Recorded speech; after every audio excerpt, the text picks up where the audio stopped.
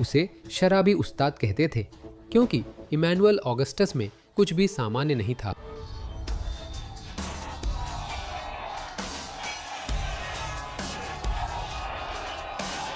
उसकी अजीबोगरीब हरकतें और उसका सम्मोहक मुक्केबाजी का अंदाज उसे इस खेल के सबसे अविस्मरणीय कलाकारों में से एक बना देता था। आज हम कुंफू वाले उस अराजक अंदाज, निडर अंदाज और मुक्केबाजी के असली शराबी उस्ताद इमैनुअल ऑगस्टस के अद्भुत करियर को याद करते हैं।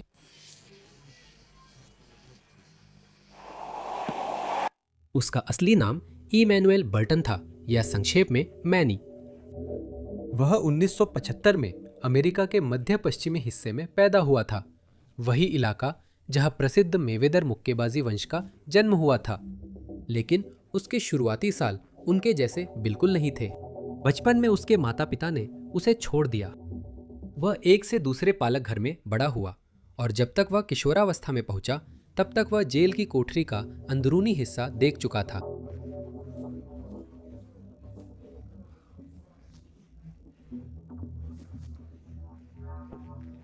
सत्रह साल की उम्र में रिहा होने के बाद उसने टेलीविजन पर माइक टायसन को अपने प्रतिद्वंदियों को ध्वस्त करते हुए देखा और इससे उसके अंदर एक चिंगारी जल उठी।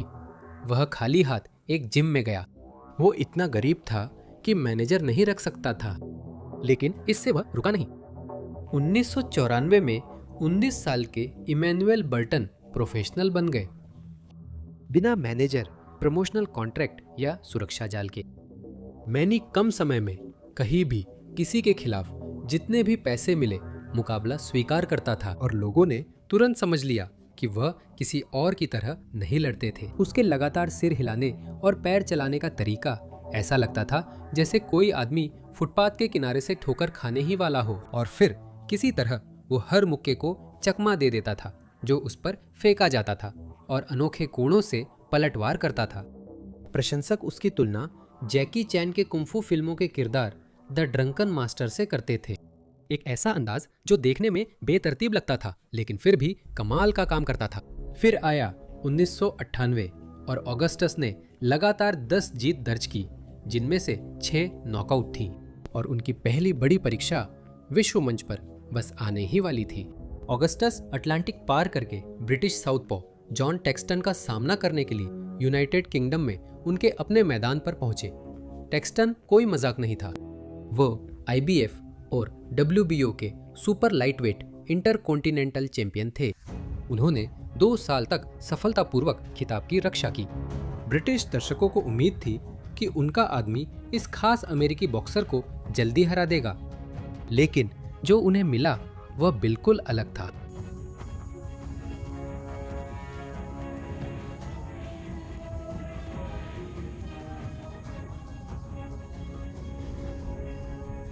टेक्सटन पहले राउंड में आक्रामक होकर उतरे और अगस्टस को एक धक्का देकर जल्दी ही गिरा दिया।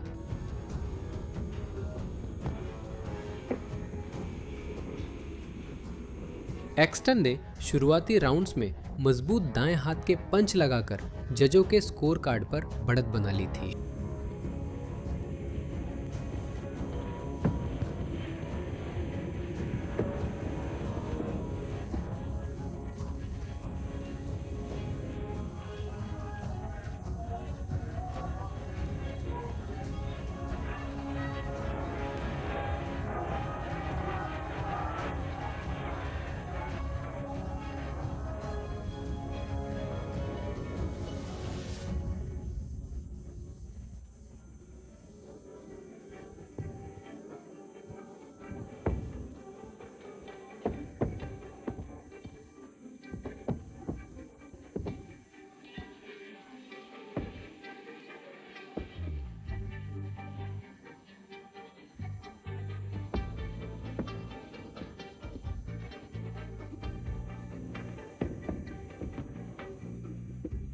अपने अनोखे अंदाज के मुताबिक अगस्टस ने बीच के राउंड्स में दिखावा करना शुरू कर दिया।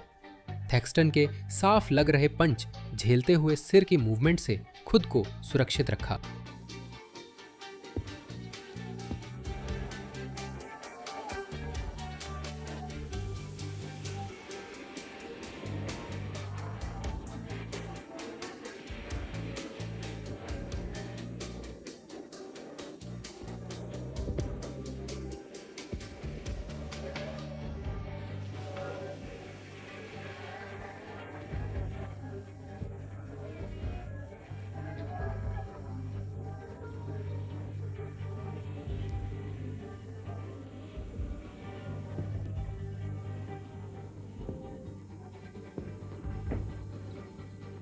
टैक्सटर लगातार पंच लगाते रहे और मैनी के दाहिने हाथ में चोट लगने के कारण उन्हें लंबे समय तक लगभग पूरी तरह से बाएं हाथ से ही काम करना पड़ा, लेकिन अगस्टस लगातार आगे बढ़ते रहे।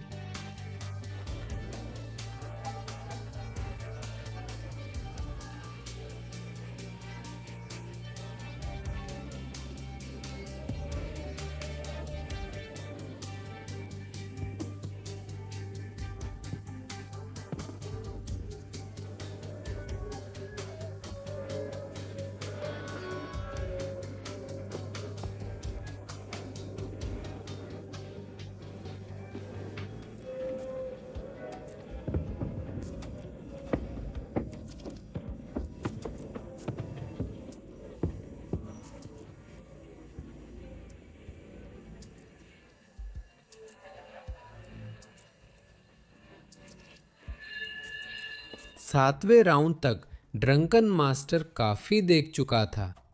अगस्तस ने दबाव बढ़ाया, राउंड के बीच टैक्सटन को नुकसान पहुंचाया और जोरदार पंच मारे जिनका जवाब नहीं था।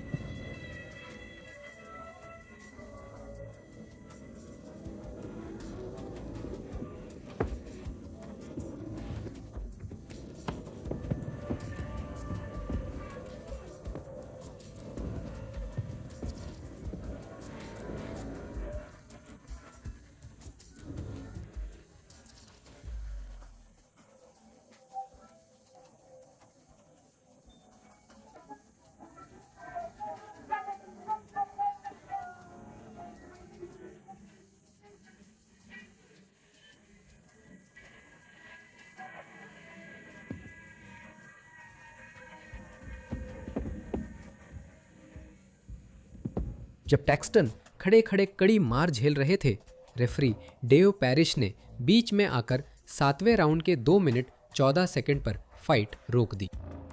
मैनी अभी अभी दुश्मन के इलाके में घुसकर अपना दायां हाथ बुरी तरह जख्मी होने के बावजूद 2 बेल्ट वाले इंटरकॉन्टिनेंटल चैंपियन को उसके ही घर में नॉकआउट कर चुका था। घर लौटने के बाद भी जोश बरकरार रहा।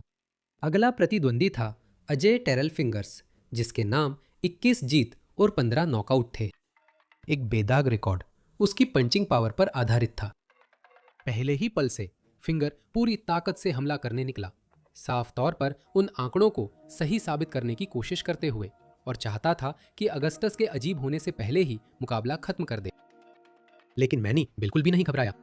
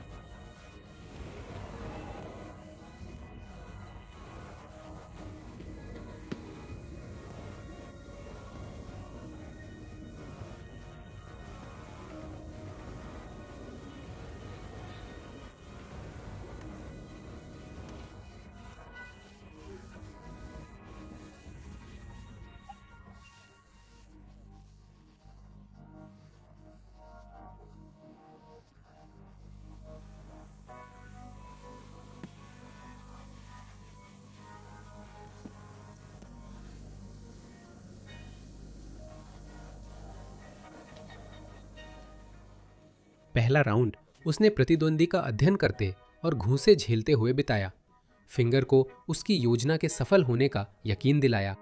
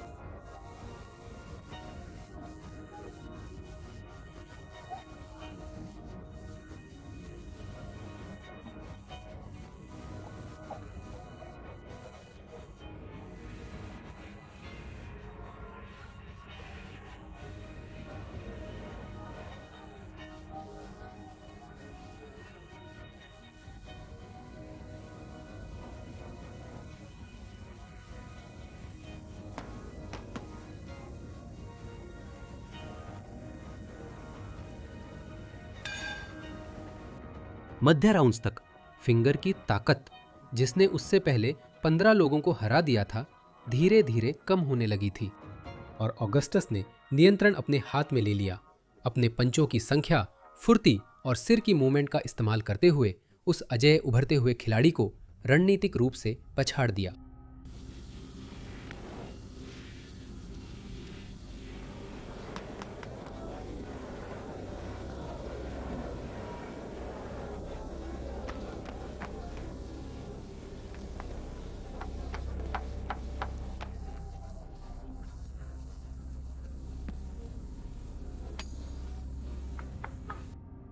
उसने सब कुछ आजमा लिया। वो रस्सी से चिपका, क्लिंच किया और पीछे हटा। उसे जवाब चाहिए थे, लेकिन ड्रंकन मास्टर के खिलाफ कोई जवाब नहीं है।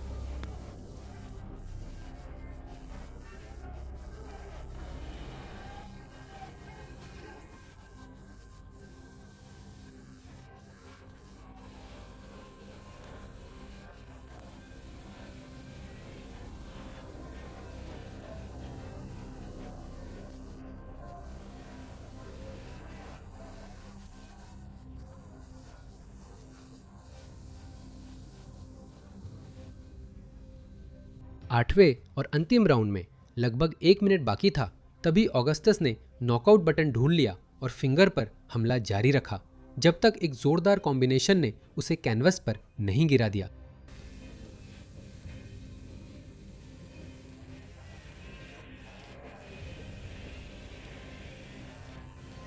रेफरी ने गिनती भी पूरी नहीं की।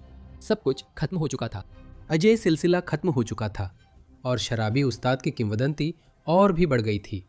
उसका अगला प्रतिद्वंदी था आयरिश मिक्की वॉल्ड, एक मेहनतकश वर्ग का योद्धा जिसकी कहानी ने बाद में ऑस्कर विजेता फिल्म द फाइटर को प्रेरित किया, जिसने 2011 में 2 अकादमी पुरस्कार जीते थे।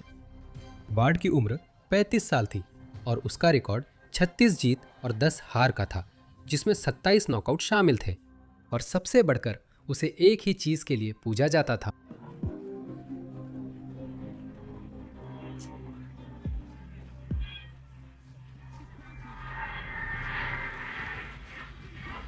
बॉडी पर पंच मारना। ऑगस्टस को 2 हफ्ते पहले ही कॉल मिल गई थी। किसी को क्लासिक मुकाबले की उम्मीद नहीं थी, लेकिन जो मिला वो यादगार जंग थी।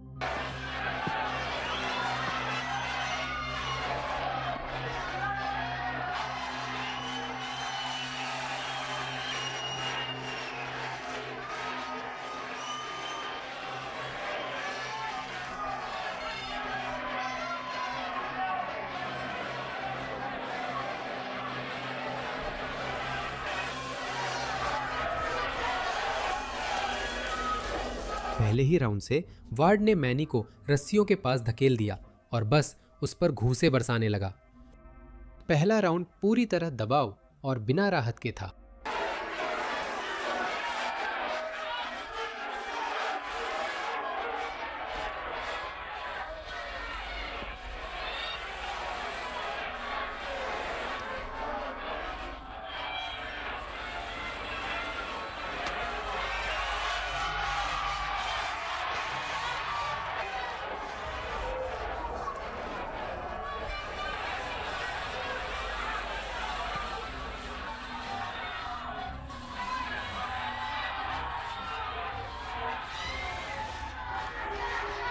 लेकिन मैनी ने खुद को ढाल लिया। तीसरे राउंड तक शराबी उस्ताद पूरी तरह से एक्शन में आ चुका था। फुटवर्क, सिर की मूवमेंट वो पंचों को चकमा दे रहा था और तंग कोणों से काउंटर अटैक कर रहा था।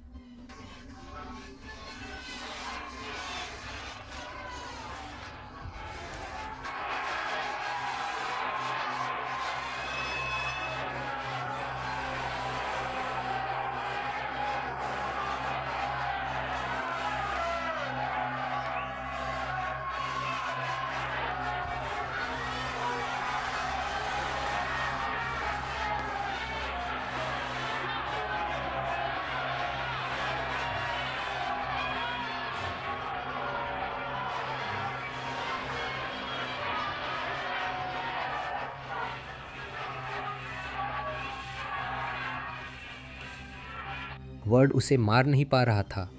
7वें राउंड में ऑगस्टस ने वर्ड को लिवर पर एक जबरदस्त पंच मारा। वर्ड ने बाद में माना कि ये उनकी पूरी करियर का सबसे जोरदार बॉडी पंच था जो उन्होंने झेला था।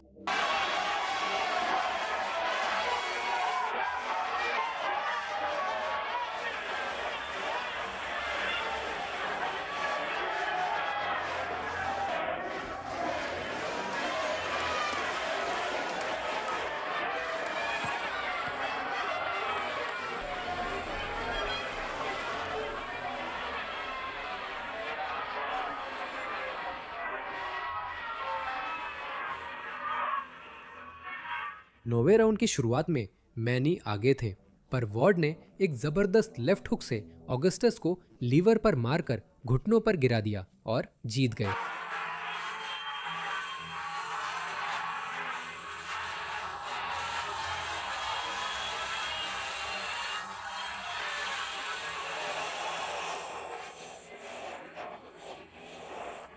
आखिरी राउंड में प्रवेश करते समय स्कोर बहुत करीब थे और किसी तरह ऑगस्टस ने एक और गियर पकड़ लिया। वो फिर से आक्रामक हो गए। उन्होंने वर्ड को आखिरी घंटी तक कड़ी टक्कर दी।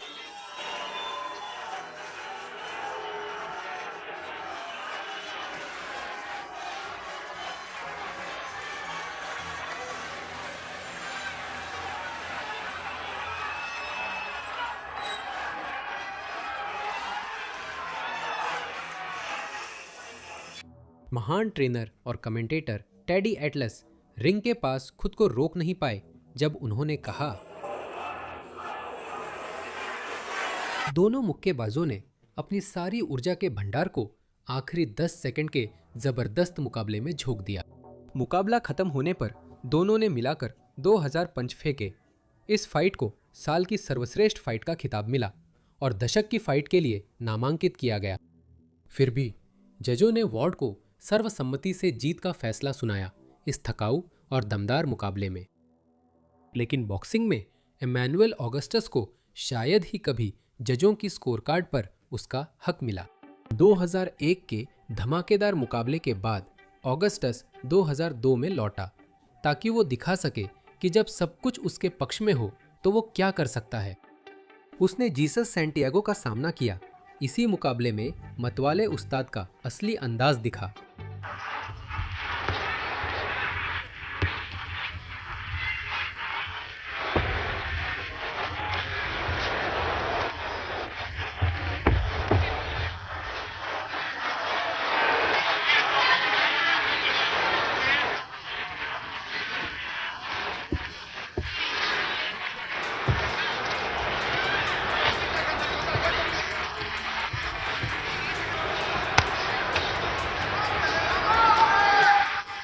ऑगस्टस ने अपनी डिफेंसिव चतुराई और कंधे घुमाने की तकनीक अपनाई। बिल्कुल अपने खास अंदाज में ऑगस्टस ने अपने हाथ नीचे करके शोमैन वाले अनोखे स्टाइल में सैंटियागो को उकसाया।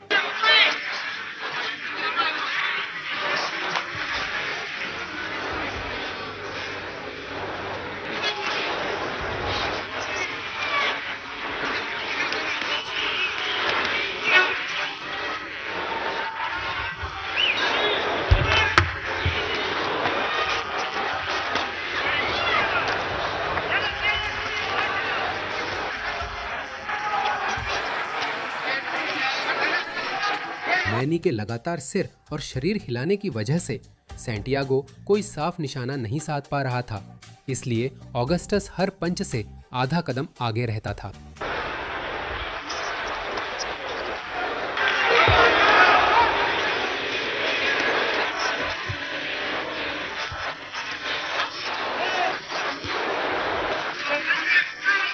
आठवें राउंड तक सैंटियागो के चेहरे पर घूंसे जमा हो चुके थे।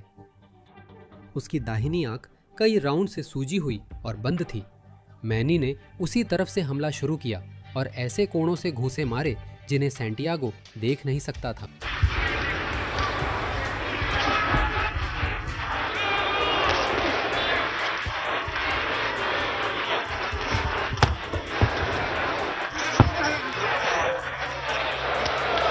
फिर आया निर्णायक दाहिना हुक, जिसने सैंटियागो को गिरा दिया।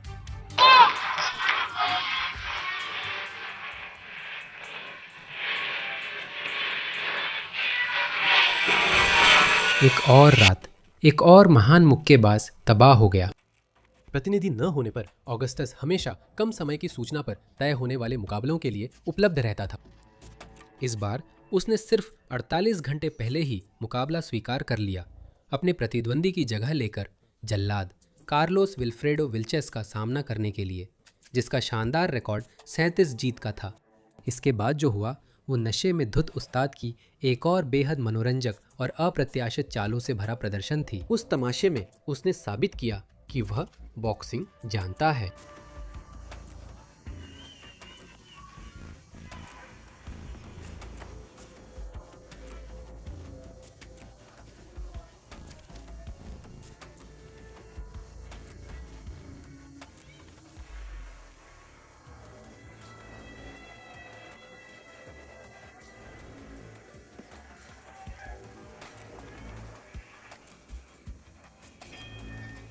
विल्चेस ने अपनी लंबाई और पहुंच का फायदा उठाकर तेज जैब से दूरी बनाए रख ऑगस्टस को काबू में रखने की कोशिश की।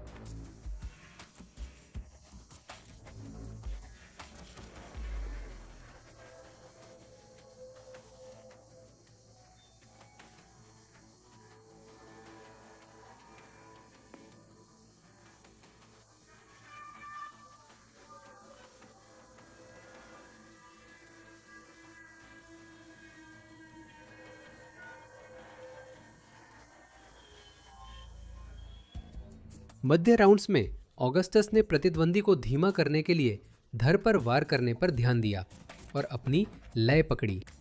उसके दबाव से विल्चेस की बाईं आंख के पास गहरा कट लग गया।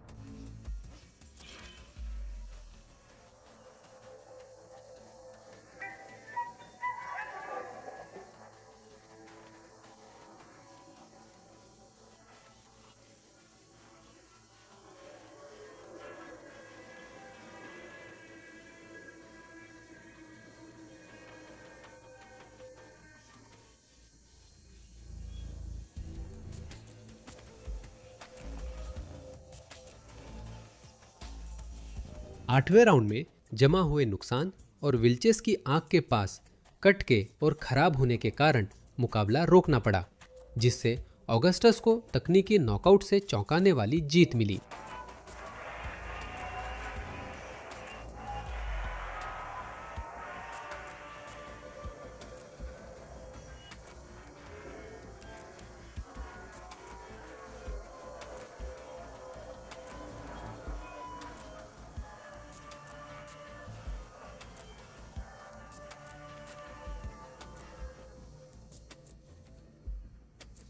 कम समय में तय हुई लड़ाई का एक और शिकार, एक और काम की रात, जिसे जितनी तवज्जो मिलनी चाहिए थी उतनी नहीं मिली।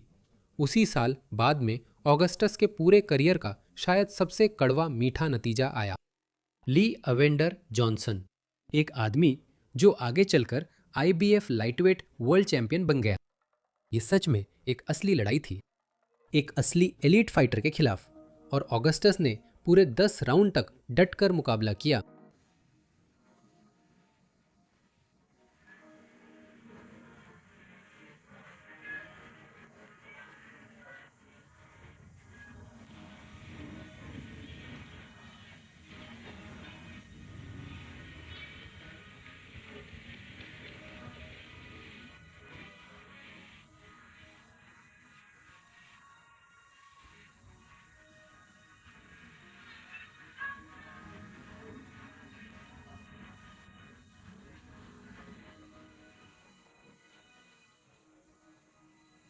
मैनी ने अपने अनोखे स्टाइल से डिवीजन के बेहतरीन तकनीकी बॉक्सर को परेशान कर दिया।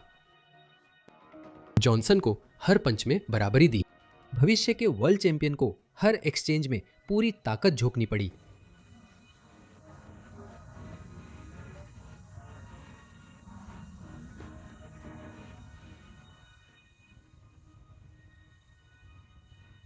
लड़ाई में खरगोश और कछुए जैसी स्थिति बन गई। जॉनसन लगातार जैब मारते हुए और तेज रफ्तार से आगे बढ़ रहे थे। वहीं ऑगस्टस आगे बढ़कर धमाकेदार हमलों और आकर्षक कॉम्बिनेशन के साथ वार कर रहे थे।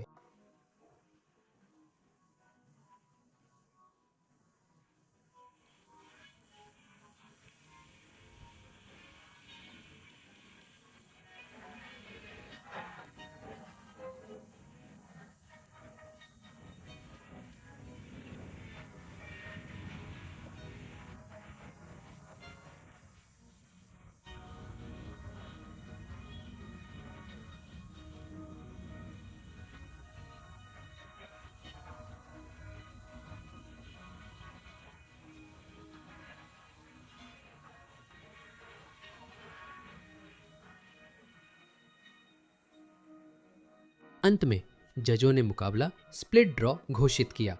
अधिकांश दर्शकों का मानना था कि ऑगस्टस जीत के हकदार थे, लेकिन सबसे महत्वपूर्ण बात यह है कि वो आदमी जो आगे चलकर वर्ल्ड टाइटल अपने नाम करेगा, वो भी इमैनुअल ऑगस्टस को रोक नहीं सका।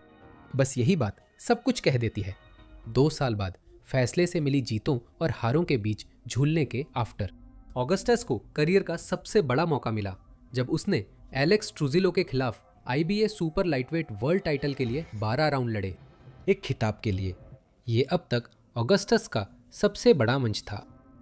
उसने मौके के मुताबिक शानदार प्रदर्शन किया।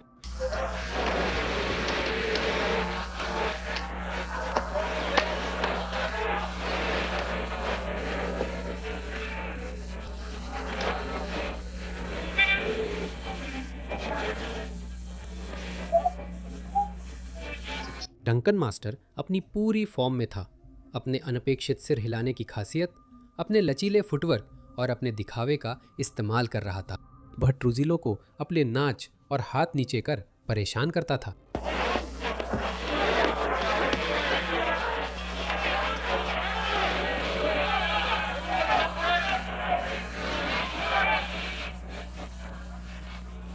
अपने अजीब फाइटिंग स्टाइल के बावजूद ऑगस्टस करीबी लड़ाई में बहुत प्रभावी था। उसने ट्रूजिलो की गार्ड के बीच से सटीक अपरकट्स और बॉडी व सिर पर कॉम्बिनेशन पंच मारे।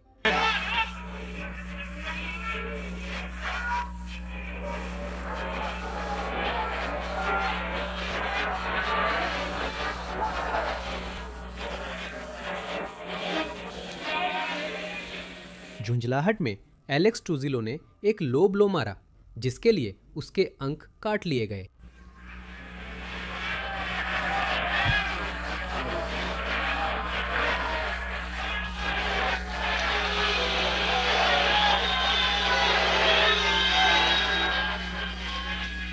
टाइटल राउंड्स में ड्रंकन मास्टर ने पूरा नियंत्रण संभाल लिया था।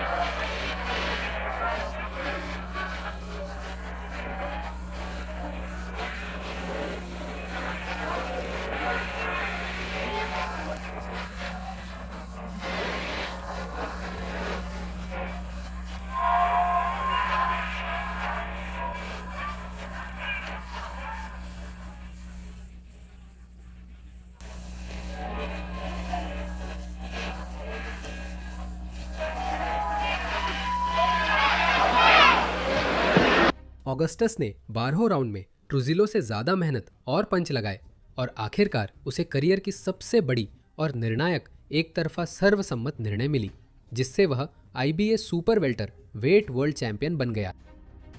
एक परफेक्ट पल के लिए ब्रह्मांड ने आखिरकार इमैनुअल ऑगस्टस को वही दिया जिसके वो हकदार थे।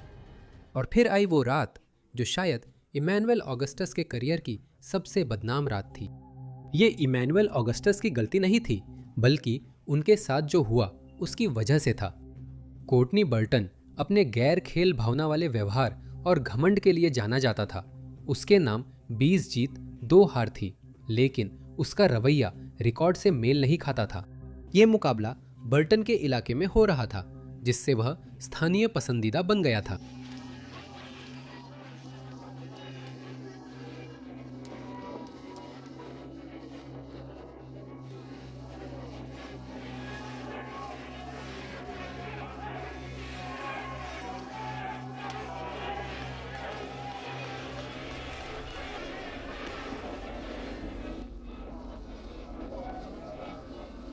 ऑगस्टस तुरंत ही मशीन गन जैसी आक्रामकता के साथ हमला करने लगे और रिंग के बीच को नियंत्रित किया। किसी समय उनके जुड़े घूंसे 30-3 बनाम 15 की बढ़त पर थे।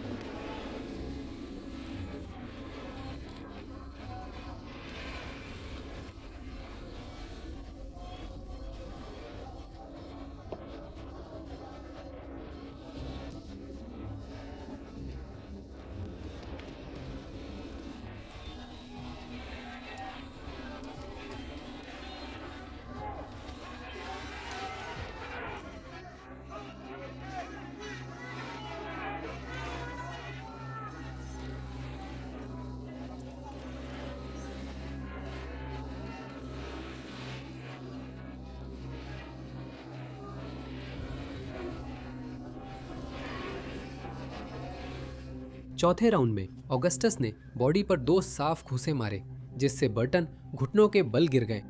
हालांकि रेफरी डैन केली ने इसे लो ब्लो माना और बर्टन को 5 मिनट का आराम दिया।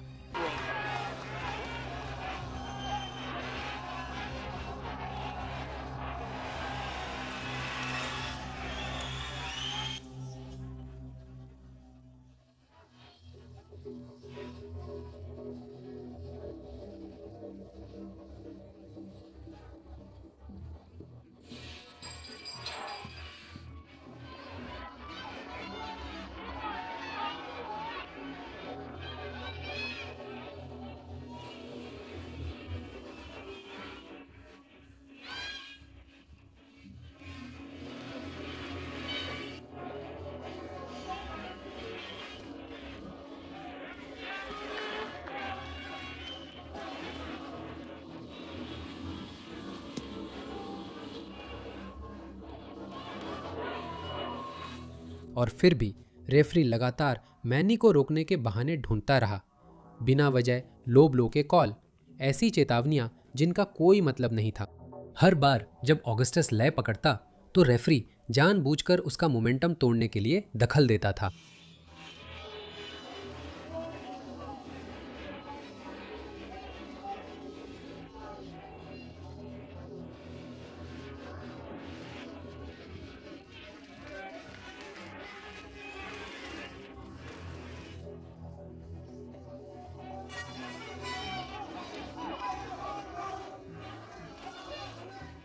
नौवां राउंड। बर्टन ने बार बार लो ब्लो और किडनी पर पंच मारे। बर्टन को दंडित करने की बजाय रेफरी केली ने ऑगस्टस का 1 पॉइंट काटा, क्योंकि वह घूम रहे थे।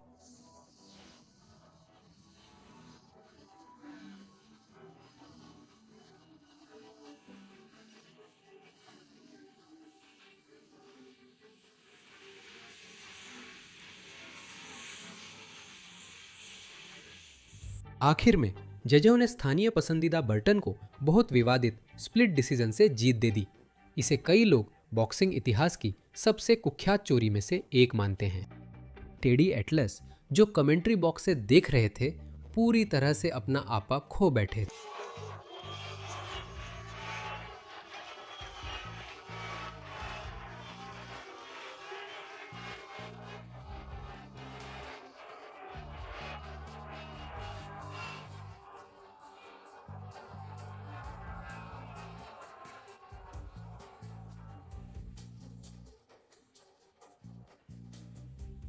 ये फाइट इमैनुअल ऑगस्टस के पूरे करियर का सबसे सटीक निचोड़ बन गई। रिंग के अंदर शानदार, लेकिन रिंग के बाहर धोखा खाया। उस अनुभव के बाद ऑगस्टस 2005 में एक बदले हुए इंसान के रूप में लौटे। कम मजाक, ज्यादा आक्रामकता और एकाग्रता। फिर वो पल आया जिसे कई लोग इमैनुअल ऑगस्टस का सबसे बेहतरीन प्रदर्शन मानते हैं। रे ओलिवेरा, एक पूर्व चैंपियन जिसके पास ताकत, अनुभव और लंबे पेशेवर करियर से बनी प्रतिष्ठा थी। ओलिवेरा रिंग में उतरे ये सोचकर कि उन्हें पता है आगे क्या आने वाला है। उन्होंने रिकॉर्डिंग देखी थी, उन्हें डांस, दिखावे और अप्रत्याशित हरकतों के बारे में पता था, लेकिन वह रिदम के लिए तैयार नहीं थे।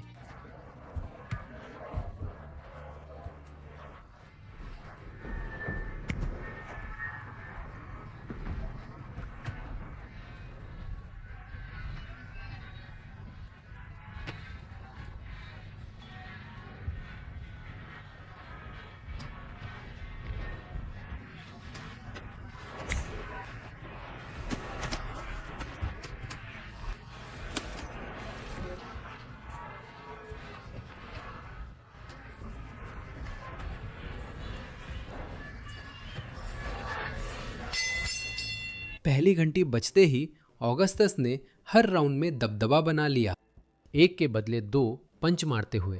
पहले 7 राउंड के दौरान ओलिवेरा के सिर पर हर कोण से मुक्के लगाते हुए।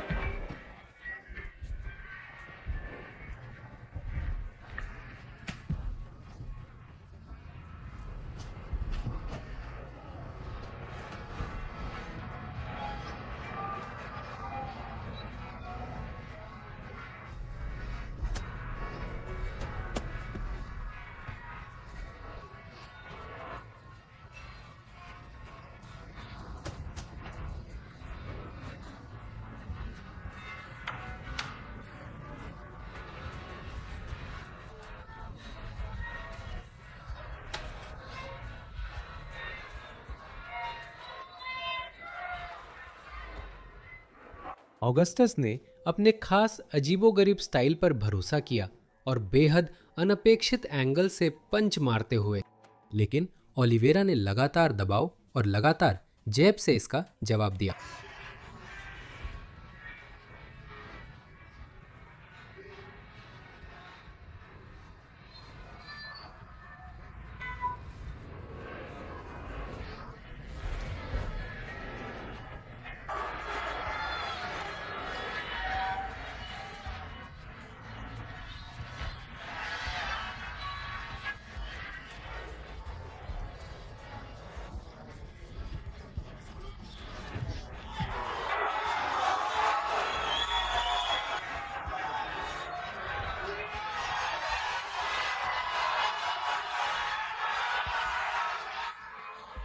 ओलिवेरा की भारी मात्रा में पंच मारने की प्रतिष्ठा के बावजूद ऑगस्टस ज़्यादा सटीक मुक्केबाज था।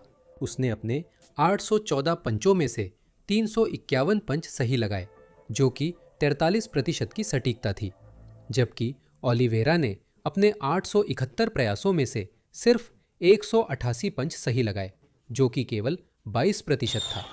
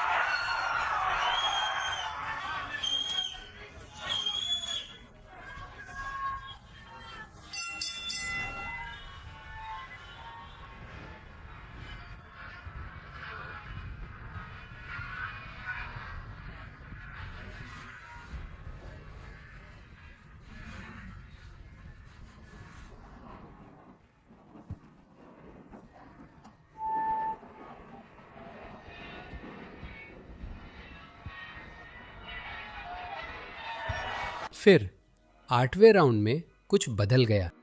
ओलिवेरा ने दर्द के भाव दिखाने शुरू कर दिए और अपनी गर्दन पकड़ने लगा। रेफरी स्टीव स्मॉगर ने ओलिवेरा की जांच के लिए रिंग साइड डॉक्टर को बुलाने हेतु मुकाबला रोका।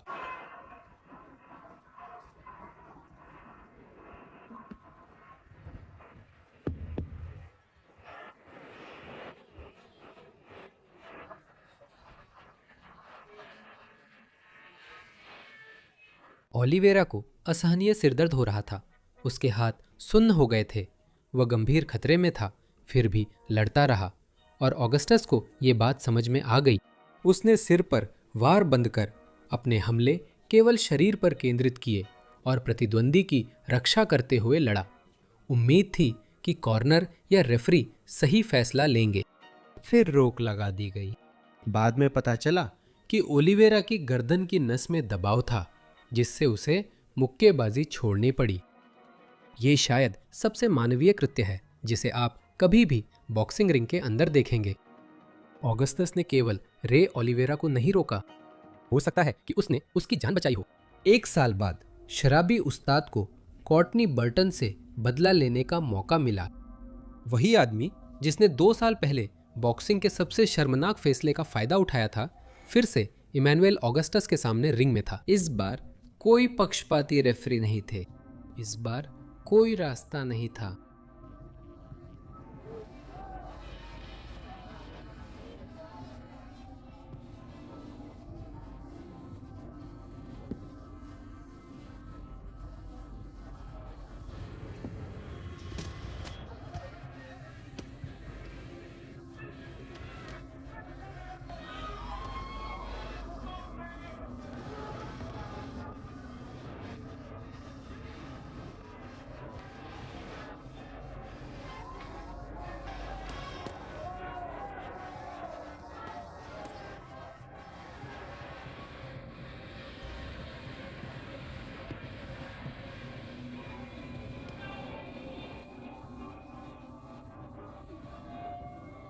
पहले 3 राउंड के दौरान ऑगस्टस ने अपनी बेहतरीन रफ्तार, मूवमेंट और रिंग में अपनी जबरदस्त समझदारी का इस्तेमाल करके बर्टन को चौंका दिया। उसने उसे लगातार उस पर भारी पड़ते हुए और सटीक कॉम्बिनेशन लगाते हुए उसे ठीक वही याद दिलाया जो पिछली बार रिंग में हुआ था और जो आगे होने वाला था।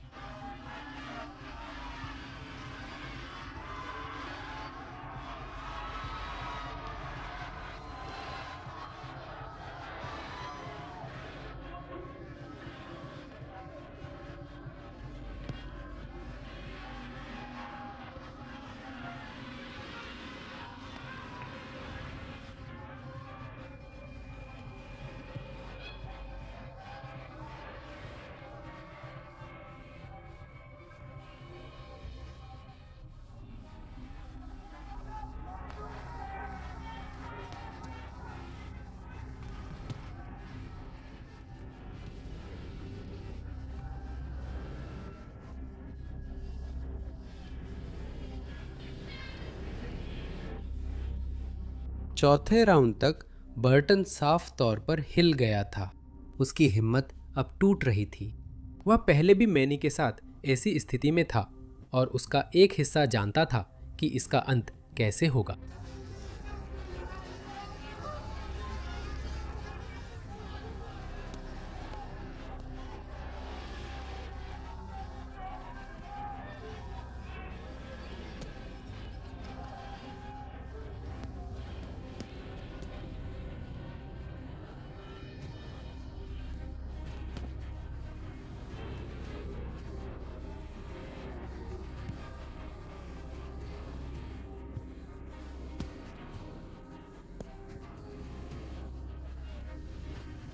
आठवें राउंड में ऑगस्टस ने पूरी ताकत लगा दी। एक जबरदस्त और पूरी तरह से सही लेफ्ट हुक बॉडी पर मारा, जिससे बर्टन को बहुत चोट पहुंची।